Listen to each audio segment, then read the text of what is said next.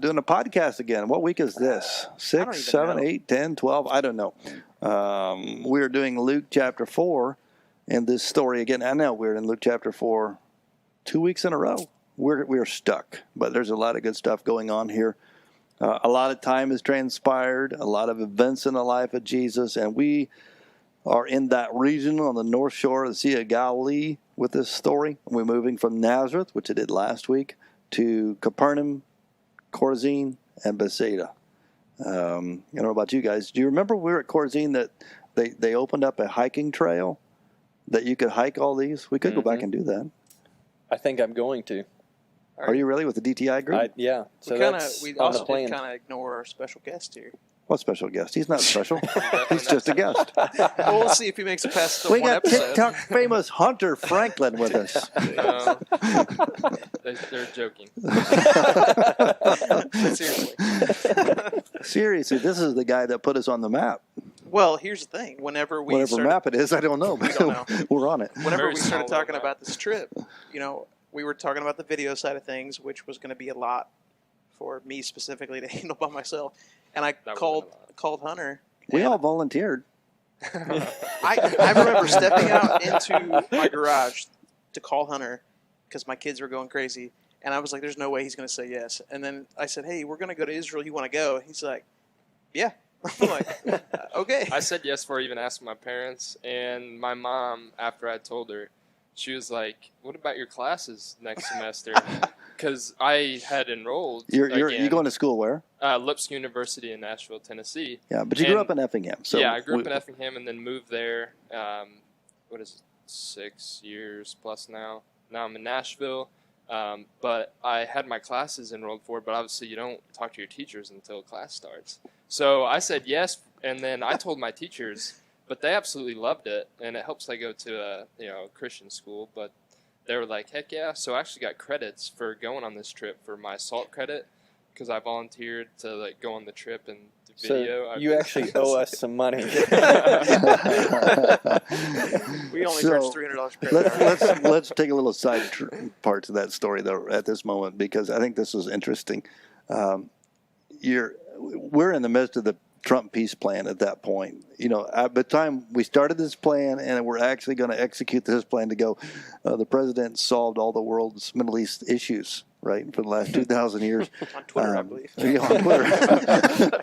And unfortunately, not all the world agreed with him. And it kind of caused a little bit of a flare-up. And so your dad said, Hunter, actually, I think he messaged me or you. I can't remember now. No, I think he messaged you. He's like, I don't think it's a great idea. I thought he called you, right? Yeah, we talked. And so my favorite line, and if your dad watches this, it's probably going to get you in trouble, He's right? not gonna watch But he goes, Dad forgets how old I am. And he basically said, you're going to go. I decided to go. I mean, I trust. But we were respectful to Chad. Yeah. We You're said, very respectful. I'm a dad. I get it, right? But yeah. Well, the thing about travel, and Blumker probably experiences this on all your trips around the world, is that it just seems to always flare up, and just don't watch the news and just go for it. It's kind of my life, like if you pay attention to the news, you won't go anywhere type deal. And so, you make plans, you go for it, and you be smart about how you proceed. So, well, what's the first question we've gotten since we've come back? When I've told people that we've gone to Israel, the first question that pops in their head is, was it safe? Every time. And it just comes from this spot of watching the news and hearing all these things. But man, I don't know about you guys, but really I never once felt like my life was in danger, even in some tense situations. So I tell people always, do you go to Chicago? Which anymore people are like, no. but you go to Chicago, you're just aware of what neighborhood you're in. That's the kind of deal with Israel. It's safe. I have one great idea that came out of this. So you guys should make a facts page, like FAQ, and where people can see is it safe to go? Do you need your visa? No. That was the highlight of the first day. Okay, so tell that story. Well, let's rewind because Blumker asked me, has Hunter ever been out of the country? And I said, no, he just got his passport a few weeks ago. And you're like, I got to take care of. Yeah. So we're at the airport in Chicago, and we're in line, and he waits until we're about to go. I think Jeff was maybe in the lead, so Jeff was already through, like, to start putting your bags on the security and everything. And then I'm behind him. I think I'm last, and Blumker looks at me with this straight face, and he's like, "Okay, you got your passport." He's like, "I don't see your visa." He's like, "Did you bring it or something like that?" And I'm like, "What?" So I was like looking through. I'm like, "I don't have it." And then I show you my visa, he but did. it's for a another different country. And so I start like freaking out a little bit, and then Oh no, it goes it on. wasn't a little bit. It was Yeah. like, It was. Oh, no. They got me good. He got me really good. And then he kept going, We're so he talking kept walking. a line of people behind you. Like it was just like stopping at an intersection, but not. Yeah. And then I looked at their faces, and I'm like, okay, they're joking. And then he just starts dying laughing. And I think the security guy like started laughing. That was like checking the thing. yeah. It was funny. And then I had to take everything out of my bag and all my batteries, and then That happened to you over and over and over again. Yeah, I got Racial interrogated. profiling. He would be pulled from the line, and the best we can tell is he, the Sesame Street song. One of these things is not like the others. He doesn't fit into our group because we're older. We're there. I don't know about not that, all Jeff. of you. Come on now. What do you think it was? Why did you get singled out? I don't know what it was, but It looked like we kidnapped him. He had a brand new passport. That Yeah. didn't help. brand new passport. The picture was not the best in my passport. No, it was not. And let's just say I Like had you all were these wanted. batteries, but so did he. You had all the I same never gear got- pretty much. Yeah. He never had to do anything. I went through the line twice at different airports, and they asked, "Hey, can you go back through and take every single battery out?" I'm taking AA batteries out, Like 36 like of them. like so many. And then at the very end, I'm packing everything up for 30 minutes because I have it packed because there's so many things. But I got asked, or when we went to Tel Aviv, they're like, "You seem to be pretty young compared to the rest of your group. Why is that?" And I was like, "Well, I'm in college." And they said, "Hey, help me." Well, we asked Hunter to come along because he has a gift for capturing images, and was able to, the drone footage that we've been showing people. Everybody's like, "Wow, that's Hunter," and the images. And he and Matt were able to go together on a lot of this and give us double takes on stuff, different angles. And if you've never recorded much, you don't know how important that is because that allows you to really mess up and just keep going. Mm-hmm. And they can edit it out. One camera and you got to be on, and we're just not on most of the Two time. of So them, and you don't have to be. yeah, That's you fantastic. can be yourself. I do want to say thank you again for inviting me and the church and the opportunity, and God being able to position everybody to be able to go. And it was a great time. How have you used this experience and this stuff, the pictures and images, since you got back?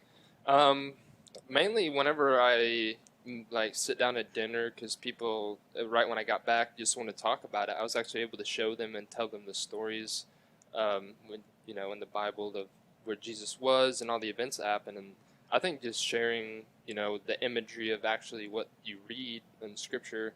I don't know who said on the trip there, like the thing that helped the most was this trip helped bring the word to life. So I think that was really cool. And then sharing it all online and people being able to see it all over the world.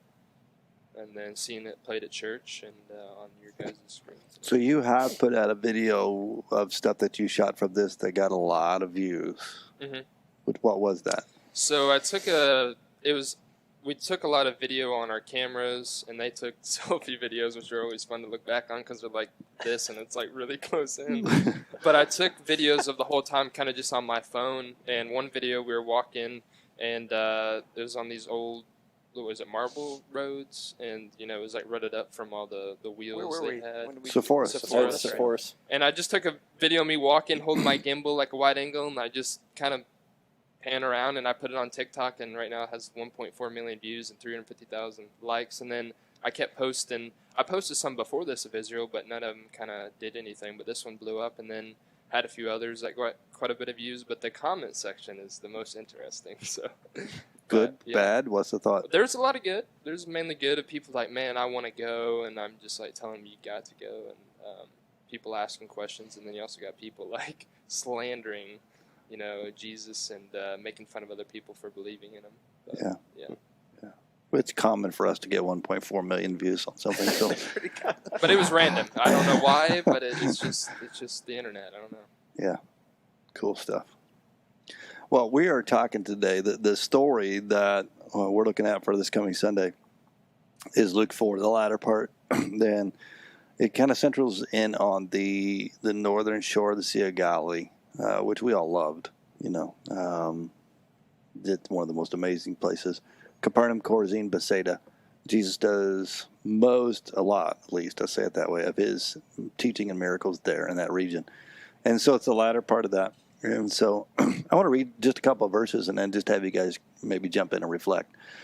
He went down to Capernaum, a town in Galilee, and on the Sabbath he taught the people. They're amazed at his teaching because his words had authority.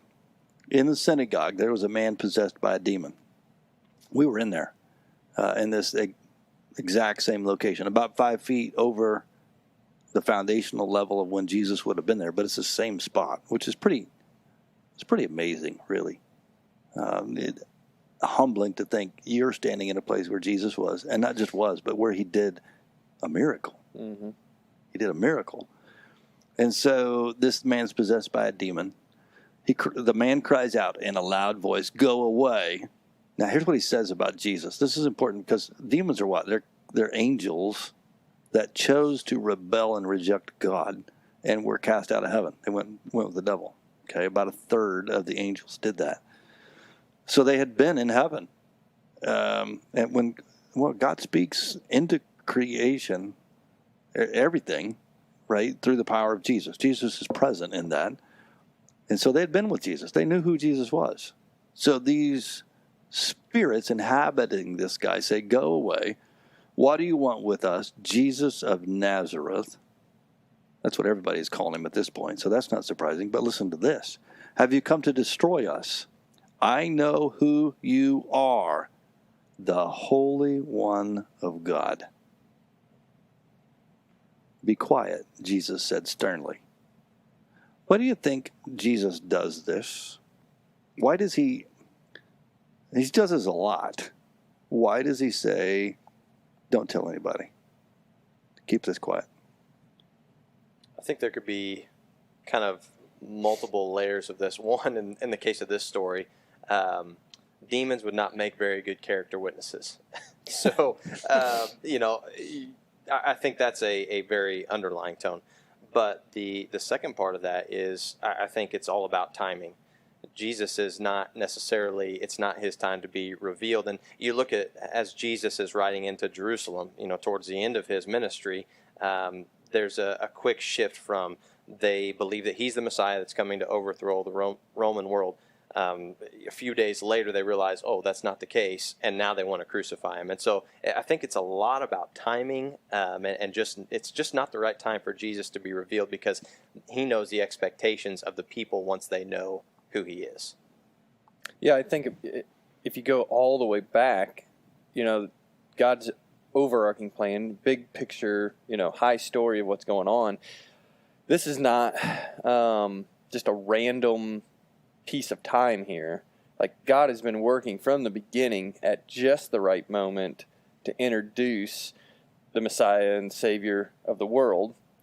So, even the 400 years of silence between Old Testament and New Testament, then John the Baptist introducing, preparing the way of the Lord, and then Jesus kind of building that foundation of ministry and all that stuff. Because it talks about Jesus does the will of the Father, and that is the will. So, all of these things, don't say anything yet. The reality is they're probably saying stuff because good news is good news, and whenever they encounter this, it's being shared. But the message that I hear there is Jesus saying, he's reminding them, kind of like what Ben said, he's not the king coming to earth to overthrow the Romans. So when it's saying, my time has not yet come, like all these different things, it's this reminding of the people of the kingdom you're thinking of is not the kingdom I'm coming to introduce. So, as I was thinking about this with the passage, because I did last week's message, and it was in Nazareth, and they want to push him off the precipice and kill him. And he walks through the crowd. And that's not the method that was prophesied, that he would die by. Psalm 22 and other texts wouldn't be fulfilled if he died by being pushed off a cliff. So it couldn't be a sacrifice in that way. But there's more to it than that. There's this element of, yeah, Jesus was ready, but people weren't ready. Mm-hmm. We talk a lot anymore about sustainability, and he's by himself at this point. He's got people listening, but nobody equipped, prepared to carry that message forward once he's gone. And so if he becomes a sacrifice at this point in the story, it's done. Yeah, it's How do we even hear about it if it just happens here? So because that's the next part of this story in this chapter, is he goes to Peter's house. Well, Peter's not even a follower at this point. Mm-hmm. Peter becomes the leader of the church in Jerusalem, and the early movement through Acts. And so without Peter, what do you have? You don't have a movement. He didn't come just to be a sacrifice. He came to change the world. Yep. Forever. And, I mean, Kyle Idleman wrote that book, Fan or Follower. At this point in Jesus' ministry, he's got a lot of fans because he's doing some cool stuff. But, yeah, you're right. Like, the following piece, the all-in piece of really being a disciple of Jesus is not fully established at this point. Mm-hmm. So he leaves this synagogue after casting out these demons, and he goes to Peter's house. Tell us about that journey, one of you guys. Because people don't realize just what that was there at Capernaum. It's not a big town. Well, the thing is, it's a small place, and the thing that kind of shocked me about it was that, and Blumker shot a video there, and I did too, but you literally walk into an empty synagogue, which was crazy that it was empty. I think there was one guy in there. We got lucky because he had 100 and something people come he spoke to, but we got there right before they all showed up. Yeah. So it's empty. You start your video, and you walk in the entirety of the video all the way to the house. Yep. It's a minute and a half. Yeah. I mean, it's less than 100 yards. Mm-hmm. Yeah. I mean, it's right there. So I think that's kind of what shocked me about It's a left-handed location. stone's throw. Yeah. I don't know. I think I could do that. Oh, yeah. Think so? Yeah, for sure. For Left-handed? sure. I don't know. Next time we go back. I'll try it. Yeah. Throw some rocks. The But it is- problem is they've it's so gone and close. built that basilica on top of it. Yeah. So you couldn't really test it. Oh, you can, but It's all glass. I walked in there, and I didn't know you were supposed to be quiet in there. Didn't know it was a rule. I walk in, I was like, well, that's really cool. And the nun is like, tell me to be quiet. But it's the weirdest thing. And everywhere we went, they built buildings on top of significant locations. That one is kind of unique, though, because it looked like a spaceship landed. Yeah, it And looked it's got like these arms stick out like a big spider or Looked something. like a Star Wars, those one ships that are kind of like flap, Yeah. like disc, but they fly. It was And like, I think- Definitely not ancient. Yeah, and you guys experienced this too, and I'm kind of taking it off track, so Jeff will have to make it go the right direction. That's what I do.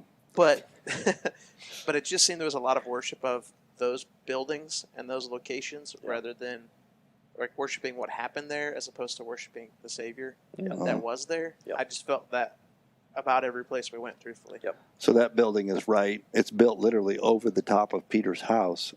And the historical significance of the location is good. It goes back to, and maybe you can see it better if I do this. There's the house. Then there's a church they built around the You can show a house. picture. And a church they built around the, really? That's doable. Church they built around the house.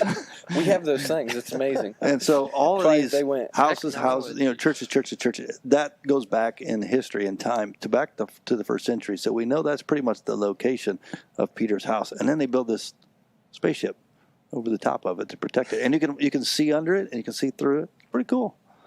So I think, okay, going back to the story What's of the matter? that then. If that was on know. TikTok, Hunter, I got a Dude, funny. if you- I got a 1.4 million funny. right there. That description, 1.6 million. Yeah.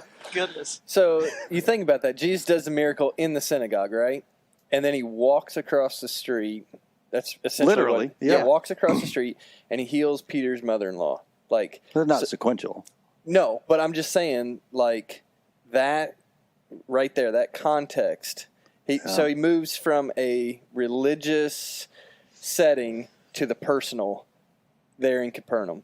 And you look at the followers of Jesus, they are called in that region, so most of them live there in Capernaum, and they would have seen this, and like in their minds, the kingdom of God has come near. Yeah. You know? So like in the religious establishment, demon cast out, and then miracle of the healing of Peter's mother-in-law. It's personal. Yeah.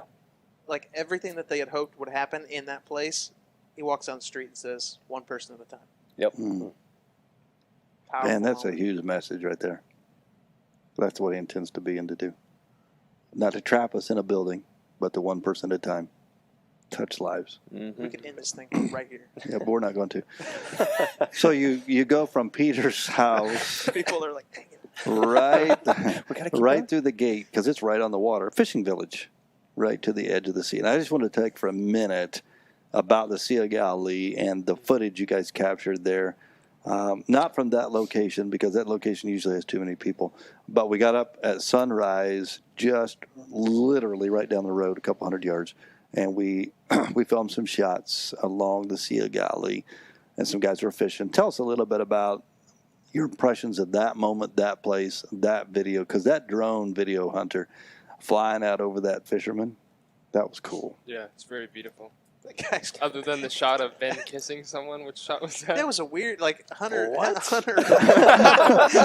He didn't actually kiss someone. let's Let's clear that context. up. Let's clear that up. Yeah, I let's get sent some the first context. intro video to Matt, like the first draft, and then It looked like because of the shadow angle that there was some. Because all you can there's- see is your silhouette. It was right? weird. I messaged him back and I said, "Hey, we got to change that." yeah. And he said, "Quote: I noticed it, but I was hoping no one else would." I was like, I appreciate you not taking that chance. Anyways, Yeah. besides that point, no, that shot that morning we got there and the sun just came up over the other side of the mountains over there, hillside, whatever it's called. It'd be a mountain. Mountain. Yeah. Anyways, the guy was fishing, but the kayak, he took out the bait. Well, as he was coming back in and going out, I got drone shots flying right above the water, and then over him is with the sunrise behind him, and a lot of that's like the ending shot with the logo, and it looks really, really cool. Mm. It was just a beautiful morning. We got some good messages in there. We left immediately after that before we could get back to shore. That is next week's teaching theme. They're right there on the Sea of Galilee and the calling of the disciples. And I suppose that's what brings this thought to me about timing for Jesus. Is he hasn't gone down and called these guys, come follow me yet. He hasn't built this team and equipped them to take on this challenge of building and sharing the message. And so that has to happen. And it's still happening, really, in us. One of the things about the Sea of Galilee there in that area, for some reason I had like sand envisioned for the beach, Mm-hmm. and it was not sandy. It was just like dirt and then water. Like Clay. a pond. Yeah. It was more like a pond than it was like, I don't know, a sea. It was big, but the edge was kind of It's like a not pond. really a sea, is it? We can see all the way around it. Yeah. Right. Yeah, That was Especially just kind of from a Mount unique Arbel. thing. it's a big lake. Arbel, But to be in that spot and think about Jesus calling them disciples, right? I mean, obviously it didn't happen right there, but just a really cool moment. Just sunrise, which makes everything, I don't know, watching the world wake up. Yeah. Pretty cool. What I like is thinking of that spot and how there wasn't 12 of us, but that shot of the drone coming back and how you guys are bringing the message across the world through this, the online and everything. But that shot pulling back and you guys are standing there on the shore, that would be so cool. Like thinking of them all lined up on the shore, Jesus like talking out there, kind of made me think of that. That's cool. Good stuff. Well, we've enjoyed sharing these images and thoughts and stuff. Hunter and I know these guys echo the same sentiment. We're glad you went with us to capture a lot of this content for us. So we appreciate you going. I think you guys can't thank you enough for the opportunity, all the jokes, all the good times. Be more All- where that came from. Yeah. But just really getting experience. I mean, this is something I'm going to remember forever and be able to tell my grandkids one day and sharing it to a lot of people. Awesome. That's what we all ought to be doing. Good stuff. Thanks.